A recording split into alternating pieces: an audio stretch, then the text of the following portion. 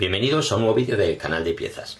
Bien, voy a hacer un vídeo corto, pero que me parece muy interesante respondiendo a una pregunta que me habéis dejado. A ver, una persona que tiene problemas con el motor de su coche, que en cuanto pasa de 80 km/h, se enciende la luz de fallo de motor y el motor pierde potencia.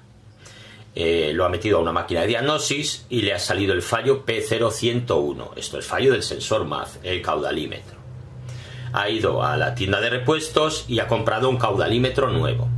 Se lo ha instalado y le ha dejado borrar el error, pero otra vez a partir de 80 km/h vuelve a encenderse la luz de fallo de motor y vuelve a perder potencia el motor.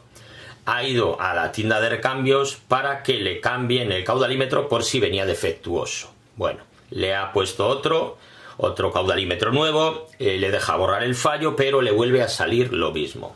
Y pregunta a ver de dónde puede venir el fallo. A ver, si ya ha cambiado tantas veces de caudalímetro, ya sabemos que el fallo no viene del caudalímetro, ¿vale? Entonces, ahí lo que miraría, que el conector, que va al caudalímetro, y el cableado estén en buen estado, ¿vale?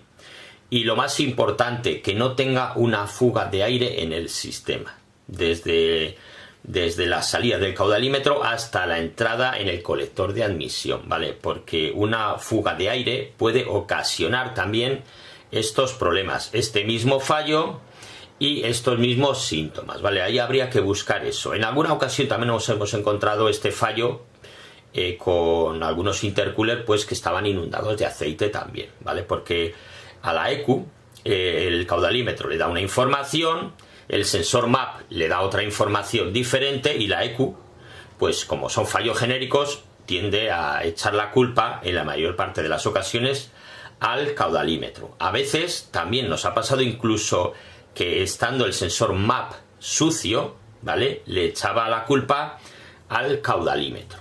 Entonces ahí lo que convendría, como digo, pues sería limpiar el sensor MAP y luego comprobar que no haya ninguna fuga de aire en el sistema y de paso pues ver cómo está el intercooler. Si veis que tiene mucho aceite, pues limpiarlo, ¿vale?